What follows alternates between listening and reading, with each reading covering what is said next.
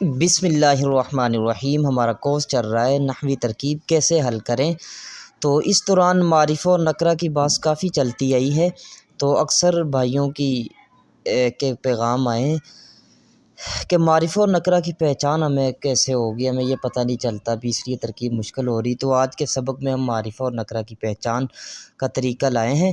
تو سمپل سی بات ہے، جو اس میں ناقیرہ ہے نا، یہ بہت وسعت رکھتا ہے، اس میں معرفہ بہت کم اس کے منسبت وسعت رکھتا ہے۔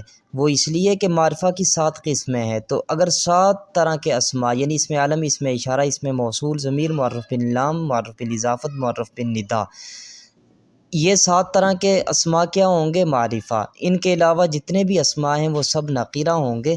آگے اب ہم معرفہ کی تعریف کو سمجھتے ہیں تو انشاءاللہ بات واضح ہو جائے گی۔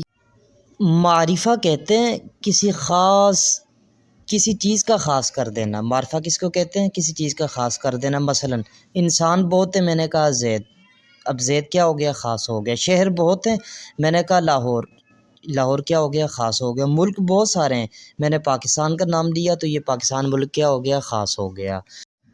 اب ناکرہ کس کو کہتے ہیں؟ ناکرہ کہتے ہیں کسی چیز کا عام کر دینا، یہ ناکرہ کہلائے گا۔ جس طرح ملک، اب بھائی ملک بہت زیادہ ہیں، ٹھیک ہے، میں نے ملک نام لیا، اس سے کوئی چیز بھی سمجھ نہیں آ رہی، اور متعین بھی نہیں ہے، غیر معین ہے، غیر متعین ہے، تو یہ کیا ہوا؟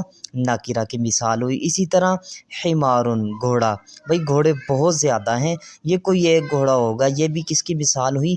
عام کی، ناکرہ کی۔ اور اسی طرح موبائل بہت زیادہ ہیں، کس کمپنی کا ہے یہ میں نے ذکر نہیں کیا، تو موبائل کیا ہوا؟ ناکرہ کی مثال ہوئی۔ تو گویا معین شخص ہوا تو معرفہ، غیر معین ہوا تو ناکرہ۔ اب معرفہ کی 7 قسمیں ہیں، ٹھیک ہے۔ پہلی قسم اسم علم۔ علم کا معنی ہوتا ہے جھنڈا، نشانی، شناخت۔ تو انسان بہت ہیں، کسی کا نام رکھ دیا یا لے لیا تو وہ کیا ہو جائے گا؟ علم ہو جائے گا۔ جس طرح زید، اب یہ کیا ہے؟ علم ہے، خاص شخص کا نام ہے۔ اس میں معرفہ کی پہلی قسم کون سی ہے؟ اسم علم۔ علم کس کو کہتے ہیں؟ خاص نام کو کہتے ہیں۔ اب زید کیا ہوا؟ خاص ہوا۔ تو گویا جہاں بھی زید آئے گا یا کسی بھی شخص کا نام آئے گا تو وہ کیا ہوگا؟ اسم معرفہ۔ اب دوسری قسم ہے معرفہ کی اسم اشارہ۔ اردو زبان میں ہم اشارہ کرنے کے لیے مختلف الفاظ استعمال کرتے ہیں، مثلا یہ مرد، وہ مرد، یہ کرسی، وہ کرسی۔ تو عربی میں اسم اشارہ کے لیے جو الفاظ استعمال ہوتے ہیں وہ ھذا مرد کے لیے اور ھذہ یا عورت کے لیے۔ میں مثال دیتا ہوں اور خلاصہ اس کا یہ نکالا کہ کسی چیز کی طرف اشارہ کر کے اسے خاص کر دینا۔ رجل، اب یہ کیا تھا؟ عام تھا نا، کوئی بھی مرد ہو سکتا ہے، تو جب میں نے کہہ دیا ھذا رجل، یہ مرد، تو اب یہ کیا ہو گیا؟ خاص ہو گیا۔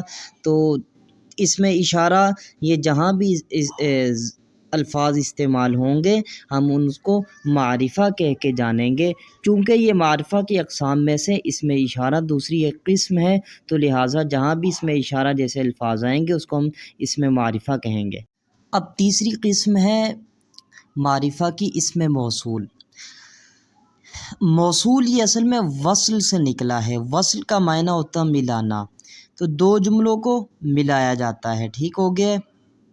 اور یہ اسم موصول ضمیر کا کام بھی دے گا۔ اردو میں اس کی پہچان ہمیں کس طرح ہوگی کہ یہ اسم موصول ہے؟ جس کے ترجمے میں جو کا لفظ آئے، ٹھیک ہے، جس کے ترجمے میں جو کا لفظ آ جائے، یعنی جو، تو وہ کیا ہوگا؟ اسم موصول۔ عربی میں کیا پہچان ہوگی اس کی؟ الذی اور اللتی۔ الذی مذکر کے لیے ہے اور اللتی مؤنث کے لیے ہے، تو یہ ایسے الفاظ جہاں بھی آئیں گے وہ بھی کیا ہوں گے؟ اسم معرفہ۔ کیوں اسم معرفہ ہوں گے؟ اس لیے کہ یہ اسم موصول ہے اور اسم موصول معرفہ کی قسم ہے، اور معرفہ کی قسم کیا ہوگی؟ اسم معرفہ۔ اب اسم معرفہ کی چوتھی قسم اسم ضمیر ہے۔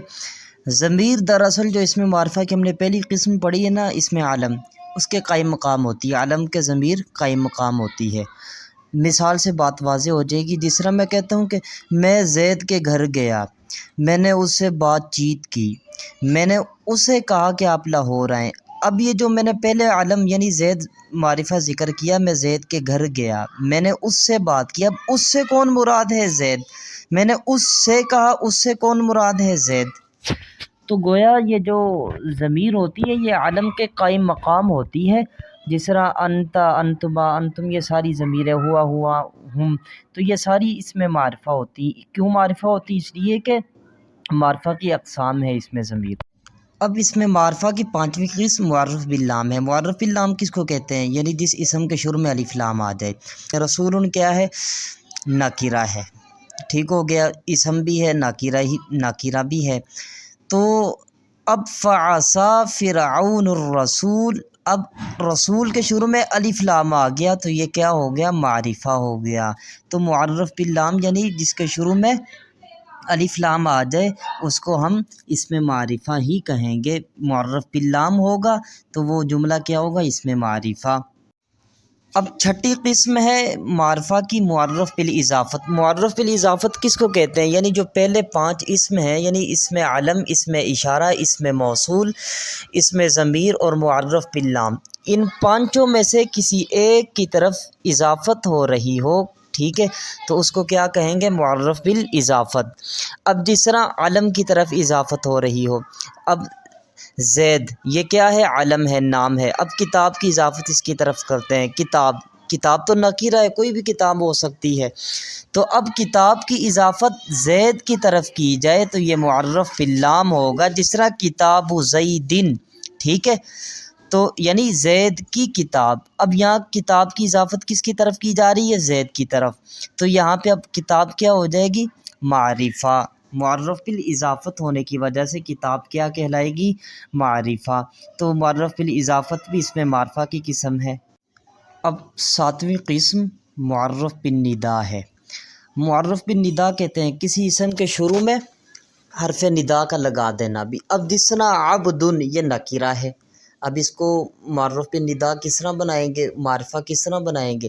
اس کے شروع میں یا لگا دیں، یا عبد، اے بندے، اے بندے، تو یہ کیا بن جائے گا؟ معرفہ.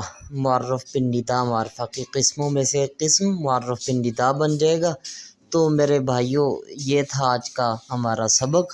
تو امید ہے کہ آپ تمام احباب کو آج کا سبق اچھا لگا ہوگا، اور اس میں معرفہ اور نکرہ کی پہچان، معرفت بھی حاصل ہو چکی ہوگی. جزاک اللہ خیر. السلام علیکم ورحمۃ اللہ تعالی وبرکاتہ.